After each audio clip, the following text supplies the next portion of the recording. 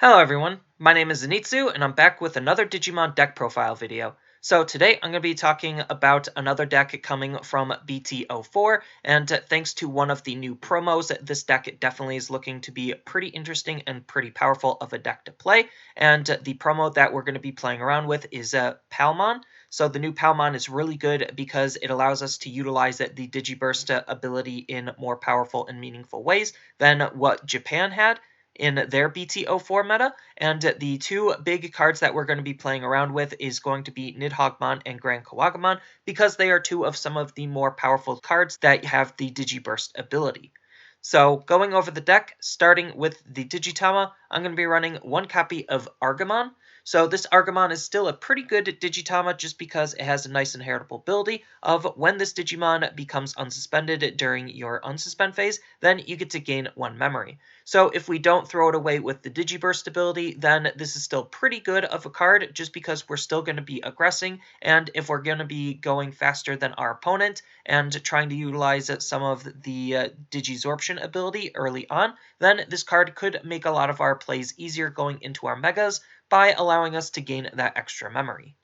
But as far as the main Digitama of the deck goes, it is going to be 4 copies of Minomon. So Minomon is still the preferred Digitama, or at least my preferred Digitama of the deck, just because he has this really powerful inheritable ability of when attacking. If we're attacking one of our opponent's Digimon, then this Digimon gets plus 1000 DP. So we definitely like that plus 1000 DP boost because it helps us beat over our opponent's Digimon, and that's just really powerful, making sure that we're always going to be a little bit ahead of them in terms of DP. Next, on to the rookies, I'm going to be running 3 copies of Goblimon. So Goblimon is just that value vanilla card where you know the drill. Low play cost, low evo cost, decent DP means he's just a pretty efficient card to run. Next, I'm going to be running 4 copies of Lalamon. So Lalamon is a really good Digimon for this deck just because she interacts with the Digi-Burst ability, because what her inheritable ability is doing is during your turn, when a Digimon uses the Digi-Burst ability and this card is trashed, then you get to add this card back to your hand. So basically, this is just a recursive rookie that you want to trash with the Digi-Burst ability, so that way you can add it back to your hand, so that way you have another rookie to be playing around with, which is just really good because it helps you see more rookies more often, and it's just overall a really good ability to have, considering there's no downside to trashing it with the Digi-Burst ability versus some other cards where you're actually going to be losing the card or losing the ability. Next, I'm going to be running 4 copies of Palmon. So this is the promo Palmon, and this promo Palmon definitely makes a deck like this possible, just because similar to Lalamon, it's interacting with the fact that it wants to be thrown away to the Digi-Burst ability, because it has a very powerful ability where during your turn, when a Digimon uses their Digi-Burst ability and trashes this card, then one of your Digimon gains jamming for the turn. So this is really, really powerful because it's just any of your Digimon could gain jamming, and depending on when and who you use this ability to Digiburst with, it definitely can add a whole bunch of extra power to a lot of your other cards, just because it has some form of payout to being pitched with the Digiburst ability where most of the other cards don't, and Lalamon is the only other card that we currently have access to that really rewards you for using your Digiburst ability. So between the two, you definitely want to utilize these cards when using your Digiburst abilities because they have a really good payout. And then the last rookie of the deck is going to be 3 copies of Tentomon. So this is the new starter deck version of Tentomon, and this Tentomon is really powerful just because he has a great when played ability where you get to check the top card of your deck, and then if that card is a green Digimon, then we get to add it to our hand, and then the rest go to the bottom. So for all intents and purposes, this is basically a draw 1 because there is a very high success rate on this card based on the style of deck that we're playing with. So just being able to basically have a Gabumon in green is just really, really good. Next, on to the champions, I'm going to be running 4 copies of Vegiemon. So Vegiemon is really only in here just because, similar to Goblimon, he is just a super efficient value vanilla card to be running. So he has a really low play cost, he has a really low evo cost, and he has some really high DP for his levels, so that just makes him a very efficient card to run. And because he doesn't have any abilities, we don't care about pitching him to the Digi-Burst ability, just because we're really not gaining anything out of the card other than just tempo for using him. Next, I'm going to be running 4 copies of Stingmon. So Stingmon is a pretty decent Digimon just because, similar to Vegiemon, he has a really low evo cost, so he's really good on tempo if we're trying to Digivolve all the way up into our Megas, which is the whole point of the deck, is to try to build as big of a stack as we can and as quickly as we can, so that way we could utilize the Digi-Burst ability to pick and choose what we want to get rid of when we want to get rid of it. But regardless, Stingmon just already being good on tempo is very good, and then on top of which he also has a really nice inheritable ability where during your turn once per turn, when this Digimon deletes an opponent's Digimon by battle and yours survives, then we get to gain 1 memory. So gaining that 1 memory is just pretty good just because it allows us to extend or enhance some of our plays, and that's just really, really powerful considering green is already super tempo efficient, so we could utilize that memory in various different ways. And then the last champion of the deck is going to be 4 copies of Kabuterimon. So this is the starter deck Kabuterimon, and this Kabuterimon is just a really good card to be running in the deck just because of how many roles this card is fulfilling. So the first big role that the card is fulfilling is this is the deck's dedicated blocker. So just having a good blocker is always nice to have, but on top of the fact that he is a blocker, he also is very tempo efficient, similar to all of our other champions, just because he also has this low evo cost. Now, if you really wanted to, you could think about playing Woodmon if you just care about the dedicated blocker slot of the deck. Just because Woodmon has a slightly lower play cost and slightly higher DP means that you could get a little bit more mileage out of the card, but if the whole point is just utilize the card for what it is currently, then I feel like just having Kabuterimon is good enough, just because he is tempo efficient, and if we need to utilize him for the tempo efficiency, then he is just a better card than Woodmon. Next, on to the ultimates, I'm going to be running 1 copy of Argomon. So this is the level 5 version of Argomon, and even though this card is limited down to 1, we still want to run this card just because of how powerful this card is.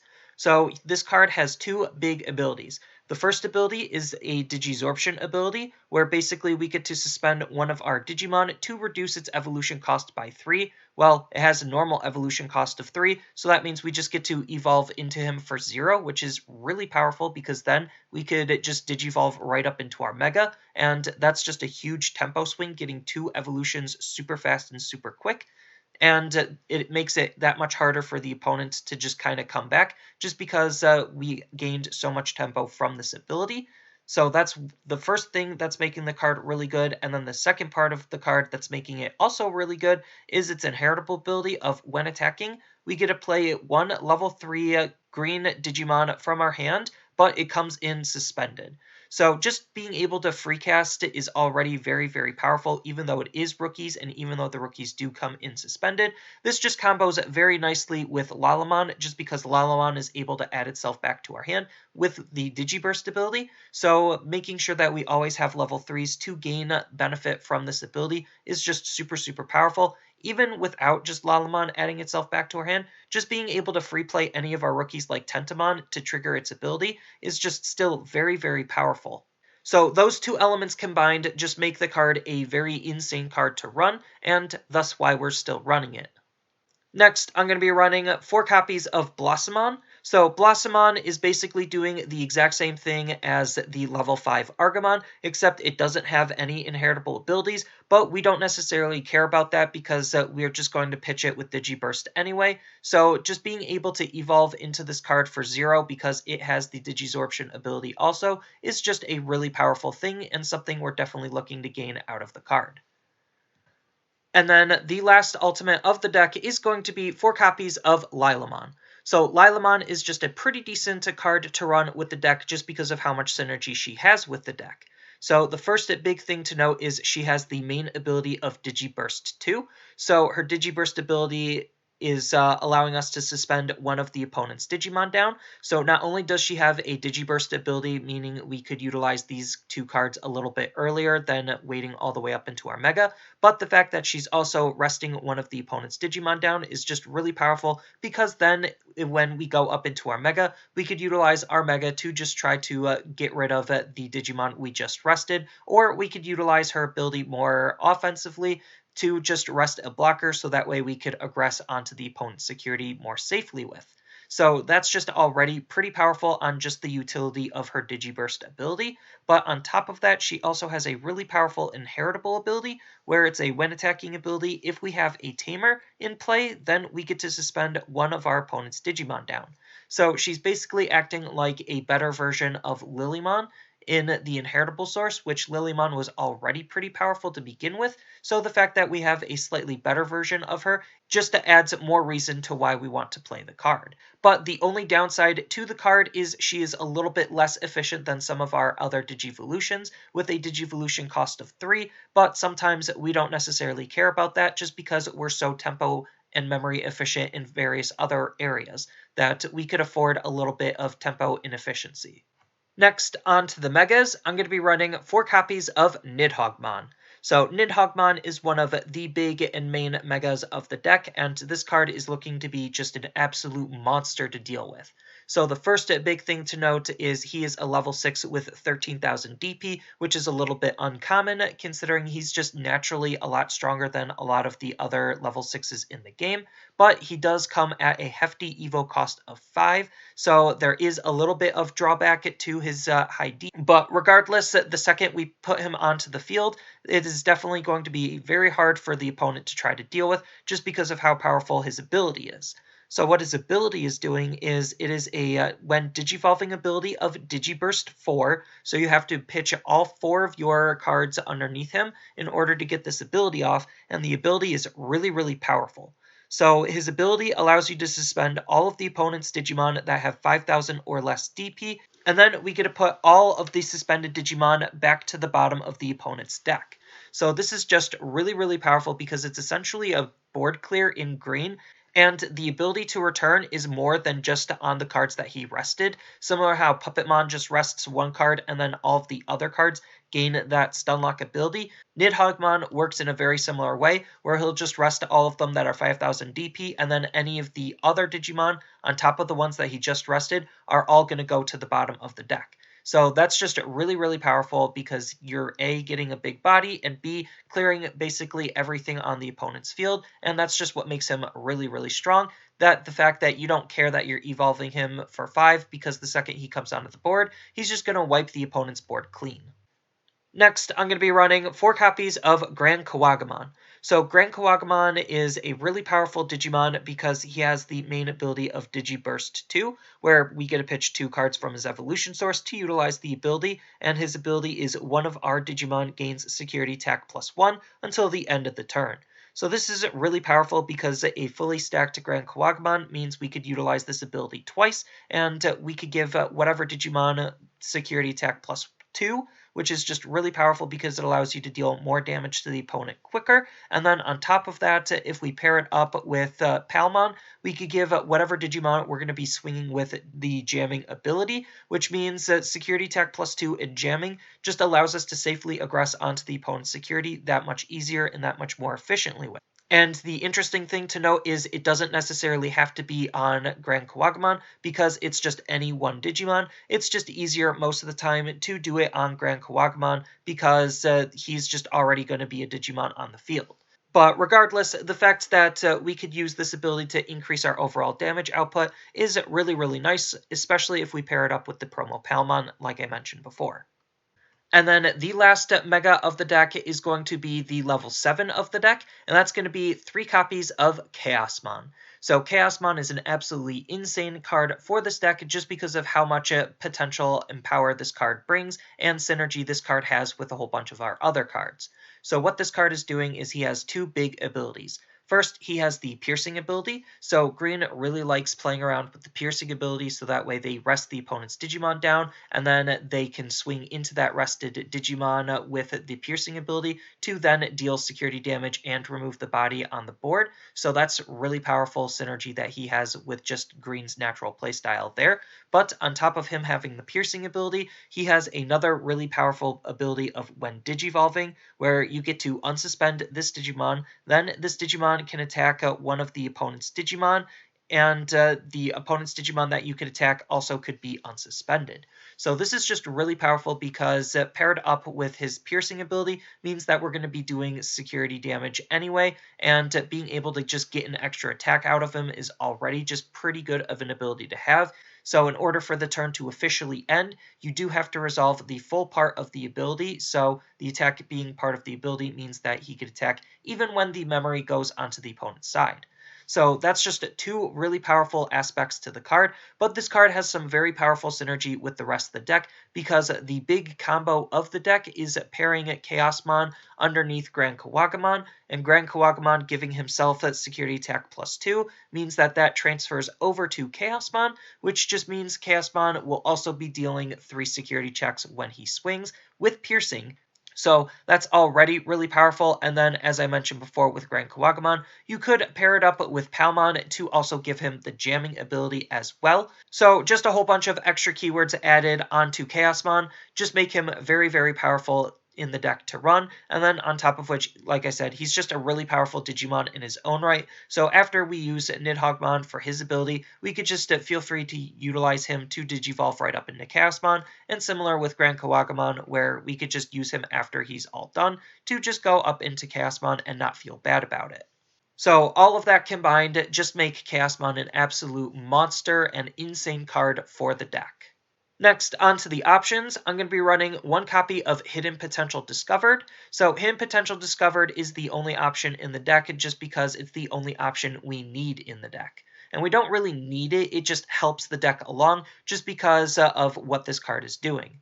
So its first big ability that we're trying to utilize is the fact that it has a main ability where the next time we Digivolve one of our green Digimon into something, we get to suspend one of our other Digimon to reduce the evolution cost by 5. So the whole idea is to utilize this card to basically just Digivolve into Nidhoggmon for 0, so that way we can have a surprise Nidhoggmon and really wreck the opponent's board.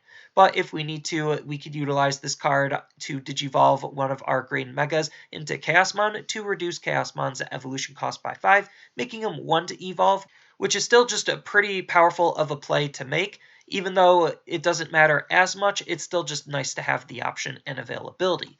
And then this card has the really nice security ability of being able to add itself back into our hand. So if it's checked in the security, then we don't feel bad just because it's adding itself back to our hand. And because this card is a one-of, it is a little bit harder to see. So having this card in the security definitely is really nice. And then the last card of the deck is going to be the only tamer of the deck, and that's going to be 3 copies of Mimi. So this Mimi is really good just because she is the memory fixing tamer of the deck. So anytime our memory is caught less than 3, she'll just hard set it to 3, which is just really good because it allows us to play a lot of our cards more efficiently. And then on top of which, she has a really powerful main ability where if we have a level 5 or higher green Digimon in play, then we get to suspend her and basically get another raising phase. So this is just really powerful just because we have something like Lalamon where it can add itself back into our hand. Then we could utilize Mimi to just hatch another egg and Digivolve into Lalamon right away. Just makes it a very, very powerful play that we could possibly make, and thus why we definitely want to run Mimi. And then we have a whole bunch of other green cards that we could possibly run depending on what you want to tech or what you want to play. So there's just a whole bunch of variations possible based on what you want.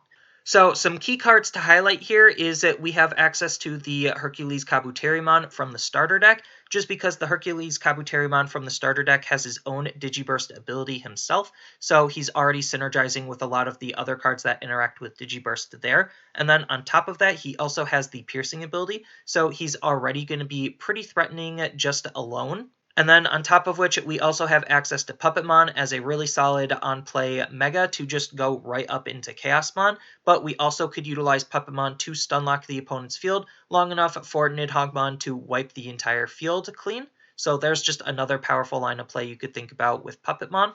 Then, if you wanted to, you could also run the other Chaosmon, just because the other Chaosmon is still playing around with green.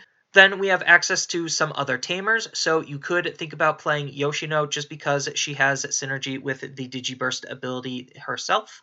You could think about playing Davis just because Davis will allow you to have access to a little bit of blue cards, on top of which Davis is a memory fixing tamer that also could help dig out for some cards. Or if you wanted to, you could run Ken if you're playing more into the piercing strategy, because Ken is another memory fixing tamer that synergizes and interacts with piercing.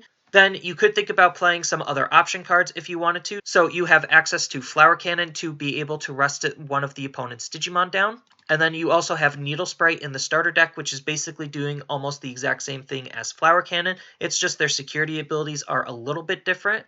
And then if you just want something for even more hard removal, you could run something like Terrace Cluster just because it's the only hard removal option that green has access to. But some other interesting cards is you could think about running the Mega Kabuterimon to just be able to burn the opponent's security, which is very, very powerful of an ability to have. And then green just has a whole bunch of other tempo and efficiency tools, so you could run Kabuterimon and Gargomon just because they would have a low evo cost and they help DP boost your Digimon. But if you wanted to play a little bit more tempo efficient, then you have access to Roachmon, which has a very low play cost and very low evo cost, making him just a good efficiency card to run. Then as far as just other ultimates you could think about running, if you just want to run cards for the tempo efficiency, then you could run Okuamon, Rapidmon, and Cherrymon, just because all three of them have a very low evo cost. So if you just want to utilize their low evo cost to get up into your megas that much faster, then you're more than welcome to do so as well. Dino Beamon is definitely very powerful, especially if you stack him with the security attack pluses, so he could just be his own monster. And then we have some other really powerful rookies that you could be running, like Terriermon and Palmon. So as I mentioned before, there's just a whole bunch of other different cards that you could utilize to really customize the deck to make it your own. It's just the big power play that I was really going for with this style of deck is to utilize Grand Kawagamon and the promo Palmon to just make sure that Grand Kawagamon will have security attack +2 and jamming, so that way you could swing once with him, and then Digivolve him up into Chaosmon. Chaosmon will retain the buffs, and swing again for basically the equivalent of 6 security checks in one go. And then you also would utilize Nidhoggmon to just be Nidhoggmon and be a very powerful and oppressive card in his own right. So that's like the whole intended purpose of what I was going for with the deck. So I was really just capitalizing on that. But again, you could customize it to however you feel like based on the types of cards you want to be running. But I definitely think that it's a really fun and interesting deck to be playing around with nonetheless. So that's all I really have for this video. As always, I'll have the deck list down in the description below, and feel free to tell me your thoughts down in the comments below. And don't forget to like, share, and subscribe for more content, and I'll see you in the next video.